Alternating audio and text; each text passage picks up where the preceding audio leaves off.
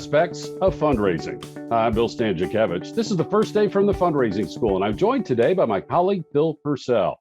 Phil is a longtime fundraiser with significant expertise in the legal aspects associated with leading a nonprofit organization, including fundraising, and his advice and expertise are sought around the country and around the world, and we're so fortunate to have him on our faculty and as the author of Chapter 3, Legal Aspects of Fundraising in Achieving Excellence in Fundraising, Volume 5. And Bill, thanks so much for being with us on the First Day podcast.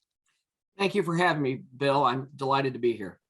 Now, before people turn this podcast off, because you and I have worked with fundraisers a long time, and they're interested in the techniques and help me identify donors and to meet with donors and make the ask, teach me how to write that grant proposal, how do I listen for planned giving opportunities?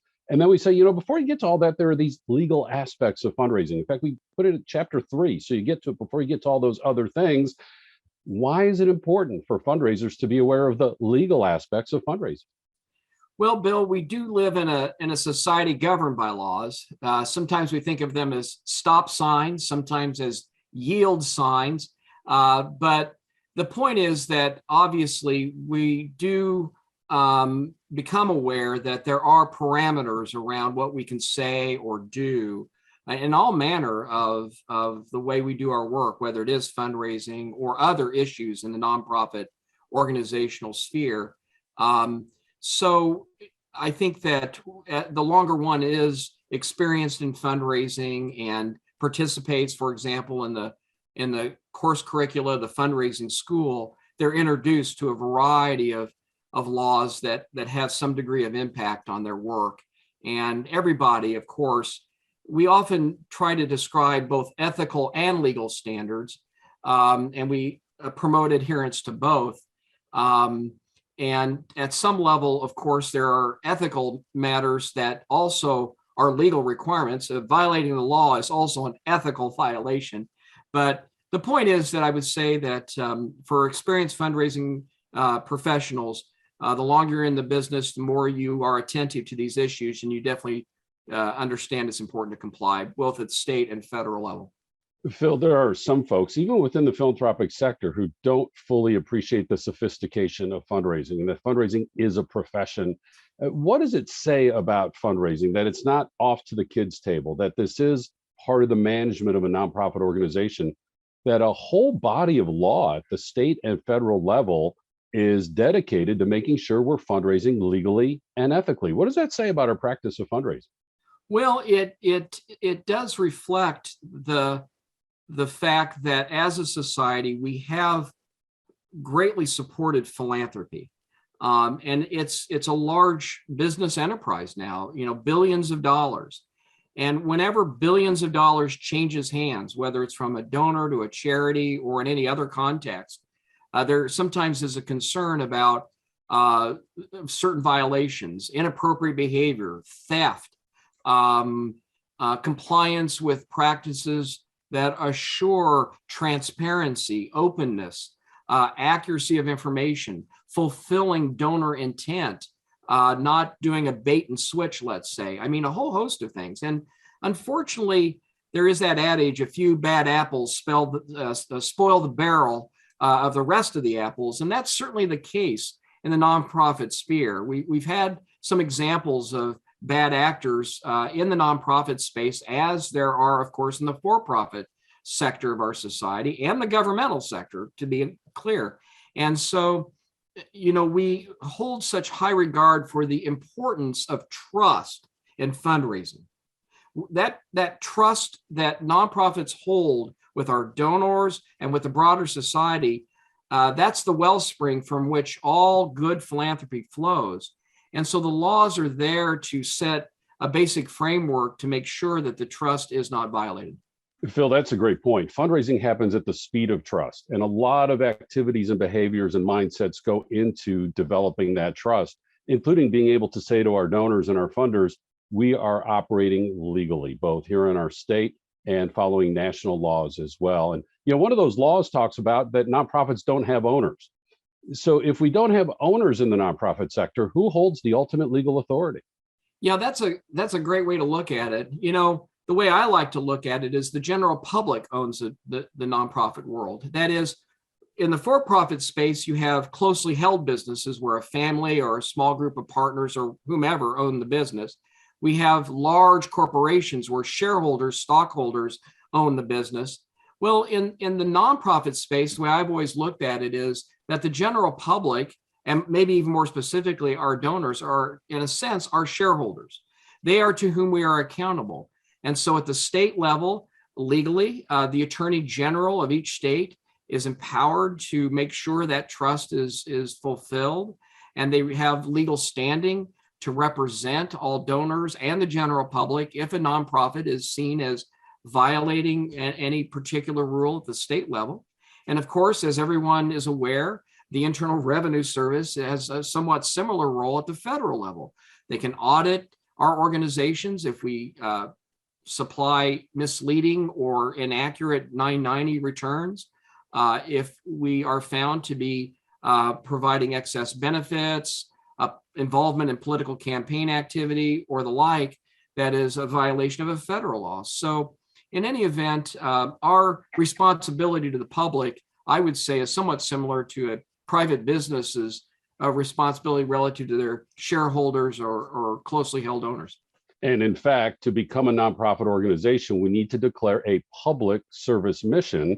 And one way that we can demonstrate that we're onto something real and valid and credible with that public service mission is we attract a large number of donors. It's a validation that we haven't just made something up or noticed something insignificant, but this is a real issue leading to helping people and improving community life. You mentioned the Attorney General at the state level. You mentioned the IRS, at the federal level, and of course there are legislatures and Congress and everybody's laws and regulations and such. What about from the nonprofit side? Who has that legal authority? You talk about the boards of directors and their 3 duties as being a starting point of understanding the legal aspects of fundraising. Can you expand on that for us, please? I sure can. I'm a fan of Harry Truman for a variety of reasons as president, but he always had a saying on his desk that I adore: the buck stops here. And the way I think of it is the board of directors of a nonprofit corporation, and it would be the trustees of a charitable trust, although most nonprofits are organized as nonprofit corporations these days, the buck stops with that board. And they are accountable. Now, what's interesting is board members themselves also have legal standing to sue the organization. They are a carve out of the relatively small number of individuals who might have standing to bring a suit. So it's that important, this role of the board, even a minority of one of a board, to have, let's say, a check and balance on what's going on. But as you alluded, there are 3 legal duties under the laws of the states: duty of care, duty to be prudent in the management of the organization, taking into account the facts and circumstances, the laws, the ethical standards that are at play with any decision that's being made.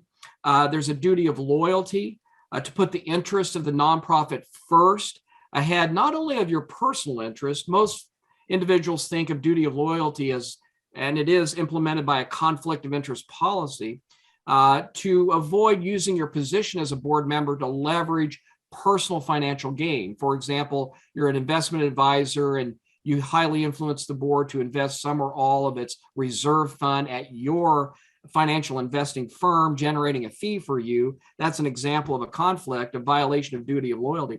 There's another duty of loyalty to, let's say, not put the interest of one nonprofit that you're on the board of ahead of another one. So many people serve on multiple nonprofit boards. So you're at board meeting A on Monday night, and you're talking about what? The need to raise more money. And you hear about, say, Bob. Bob is wealthy, he's single, he wants to leave a legacy. Somebody needs to go talk to Bob. Then at board meeting B on Wednesday night, what are they talking about? We need more money. And without thinking, you chime in and say, well, somebody's got to go talk to Bob. I hear he's loaded and wants to leave a legacy. Well, now you've divulged confidential information from board A to board B, and that's a violation of duty of loyalty. So it sometimes comes to play even in the fundraising context. And the final one is duty of obedience. That is being true to the purpose. You mentioned that nonprofits need to have a purpose. Some and most organizations have a mission statement too. And I I describe a mission statement as more of a articulation for the public of a more pithy, let's say, motivational, inspirational summary of the broader purpose of an organization. But sometimes organizations have what are called mission drift. They drift away from that purpose, and that's a violation of the duty of obedience. So, three very important duties under state law. And that's how this chapter starts. The chapter continues with information on state government. Again, nonprofits incorporate first with their state government before they go to the federal government for approval. Phil highlights some key aspects of federal government regulations and laws, and then concludes by talking about donors, all in the third chapter, Legal Aspects of Fundraising in Achieving Excellence in Fundraising, 5th edition. And Phil, as we conclude here, again, we're not saying fundraisers need to go to law school. What we are saying is they can't also be at ground zero. What advice would you have for them as they just continue their professional development to remain mindful of the legal aspects of fundraising?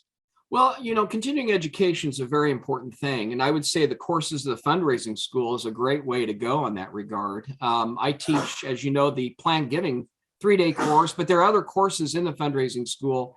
And at various points in those courses, mention is made of legal rules, parameters, and ethical rules and parameters as well. One can also, of course, as a working adult, take the Master's in Philanthropy class from the Lilly School. It's a wonderful program. You can even do it online. I teach a course on the law of nonprofits online, and that's a great way to have continuing education. Participating in your local association of fundraising professionals or National Association of Charitable Giving councils. Guest speakers often address topics relative to the law. And of course, most nonprofits have, let's say, an independent legal counsel who's available to ask questions of. And of course, reading, articles, blogs, websites. The problem with the web, of course, is be careful what you read. Make sure you're reading from an accurate source. So anything, for example, that the Lilly School puts on its website, obviously, I highly trust. And of course, recruiting legal advice, legal expertise to our boards of directors also can be important to help us, try to head things off in advance and stay aware of these very important issues that Phil Purcell covers in the third chapter of Achieving Excellence in Fundraising, now in 5th edition, and Phil's chapter, Legal Aspects of Fundraising. That textbook is informing the curriculum of the fundraising school. We have our public courses that are in person in more and more U.S. cities now. And of course, we developed a strong online presence because of the health pandemic that continues to be robust, either recorded classes or live virtual classes, whichever works best for your schedule. And that leads to 4 different certificates that we offer. Now, our custom training, again, stronger than ever before, that we can tailor courses for your nonprofit in the United States, anywhere around the world. We have quarterly webinars and these weekly podcasts for free, all available on our website at philanthropy.iupui.edu/the fundraising school, where you also can learn about that master's degree that Phil mentioned, the master's degree in philanthropic studies from the Indiana University Lilly Family School of Philanthropy. I'm always grateful when I have opportunities to work with our guest today, Phil Purcell. Our producers are Jennifer Boffman and Mike Anthony. I'm Bill Stanczykiewicz, and now you are more fully informed on this first day from the Fundraising School.